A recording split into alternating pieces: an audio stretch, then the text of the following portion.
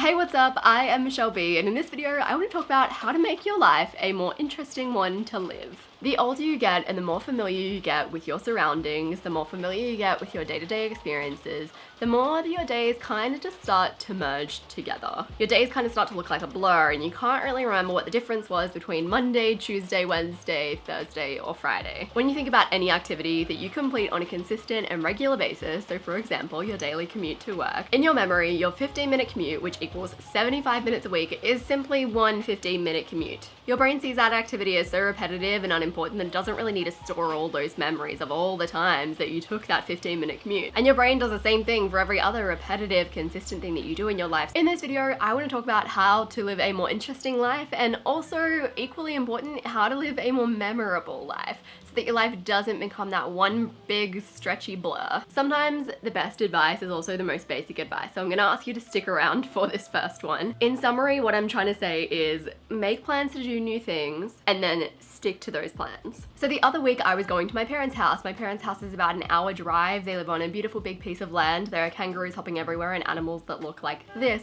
that hang around their house. That morning, I literally did not want to leave my house. I didn't want to leave my couch. I just wanted to sit there and I wanted to read a book for the remainder of the weekend. But the thing is, I was the one who actually initiated the plan and scheduled in the plan to go to my parents. I know that going and hanging out with my family and having a laugh and having dinner is really good for my soul. So as I really reluctantly put together my bag and I took my sweet time doing it, I just kept on saying to myself, the plans that I dread the most are usually the ones that I enjoy the most. And I've found that to be a consistent theme for me. I recently read the book Off the Clock as part of Book Club for Babes, which is a book club I started some time ago. In it, the author talks about having conscious fun. So conscious fun is something like having Taco Tuesday. So you get all the ingredients ready for Taco Tuesday, you invite your friends over, you probably have to clean the house, then they come over and it's a great time. Conscious fun is planning a picnic to the beach. So you have to make a whole bunch of food, put it in a picnic basket, get all your stuff together, probably chuck on some sunscreen, take yourself to the beach. Conscious fun is finding a new meditation class near you and taking the effort to go out of your way to go to this new meditation class. Conscious fun is effortful fun. You have to actually put in effort to create the memories. Now, I know I have a lot of people in my audience that are similar to me, and you guys are probably the first people that would want to stay in and read a book as opposed to going outside and doing things. But the reality is that if you want to be able to create memories and you want to have a string of fun experiences and live a more interesting life, you need to put in the effort to have more fun. The very simple way that the author of Off the Clock approaches this is to plan it in and do it anyways. And this is the approach that I take as well. I like to plan things when I'm at a high vibe. And yes, when it comes to the Wednesday night and I'm booked in this new exercise class, I am absolutely dreading it. But when I get there, I really enjoy it. And when I leave, I'm in a better state of mind than I was when I arrived. And I have new memories. Memories that are gonna stick out, memories that aren't going to blur with all my other memories. We know that I'm an actionable kind of human, so I want to give you a really actionable way to approach planning it in and doing it anyways. This is an activity to add to your weekly review, and if you don't have a weekly review, I'm gonna have a link up here and down here. At the end of my weekly review, I have a checkbox to say, are there any adventures that you can schedule in? To accompany that, I have a list of adventures that I want to go on. These are local, simple adventures. I think I talked about this originally in my 8 lists to make 2018 amazing. So I'll have a link to that video here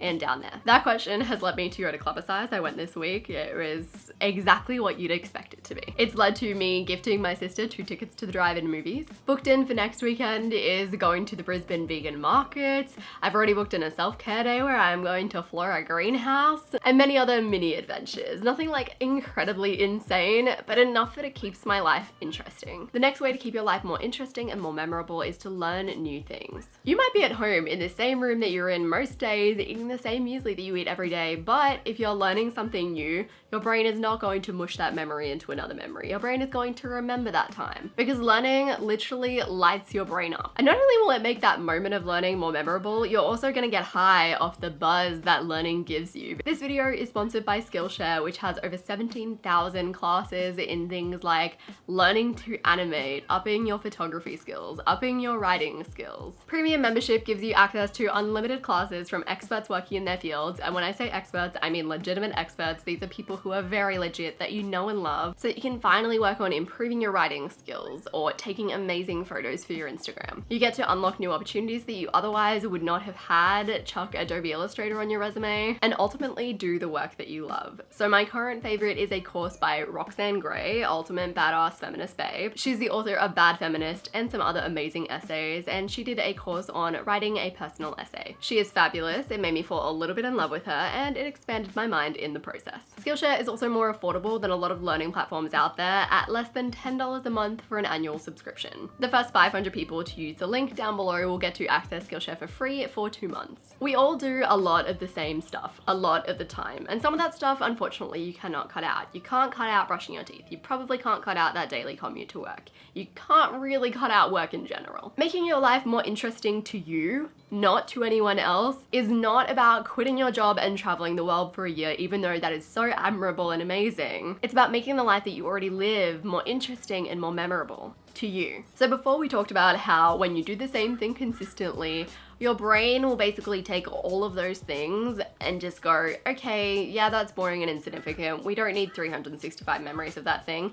I'm just gonna crunch it all down into one memory. So if you always sit at the back of the bus and you never talk to anyone, sit at the front of the bus and dare to have a chat with the person to your right. If whenever you meal prep, you usually meal prep in silence or with music behind you, try meal prepping with a podcast behind you. If every lunchtime you go to the same spot on your own, try that lunch spot over there, but with someone else. It's truly the little changes and the little variety that you add to your life that makes it all more memorable, that stops your brain from smushing it all together into one big blur. So take the normal things that you do and think about how you can add a little bit more variety into those normal things. If you're seeking to live a life that is more interesting, then you need to actually figure out what an interesting day looks like to you. If I have a day where I catch public transport on my own going to a place that I haven't been before, and I meet a new person that I've never met before, that's an interesting day for me. Go me for branching out of my bubble. Another person might look at that day and be like, wow, I do that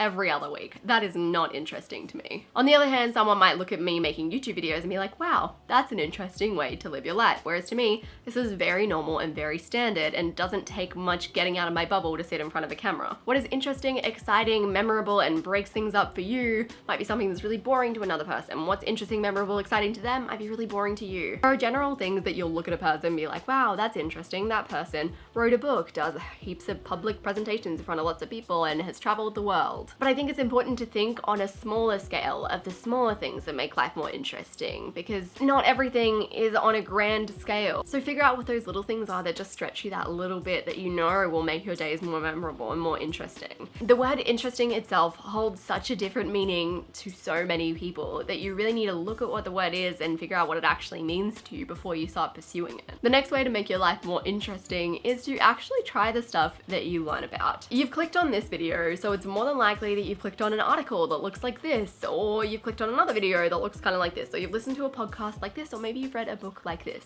How much of the advice and the practical exercises that you consume information about do you actually try out? Trying out meditation for a month made my whole life more memorable that month. Going through the process of the life-changing magic of tidying up and my 30 days to simplify challenge literally changed my life. If you're struggling with this, it's likely that you're consuming too much information and you need to cut it down. I'm not saying to unsubscribe from my YouTube channel, but instead try choosing one book to live by for a year, or try doing a life experiment, or try following all the advice that you get in a video and see how much more interesting your life will get. And my last thought, which is very simple, it is just do what you always do, but somewhere new. Read your book, but don't read it on the couch. Go ahead and read it at the beach. Plan your next day, but don't do it in your lounge room. Do it outside while you watch the sunset. There is really no escaping some of the things that you always have to do, so why not do them in somewhere new? Don't forget to check out the Skillshare link below. The first 500 people will get their first 2 months free. If you're currently having a day where you don't feel like you can get anything done, you're feeling like a bit of a slug, I made a video where I felt the exact same and I turned it around in a vlog style. So I'll have a link to that on the screen if you're interested. It's also my most recent video. If you haven't watched it, make sure to catch up. I appreciate you guys so much. Subscribe to my channel if you haven't already, and I'll see you soon.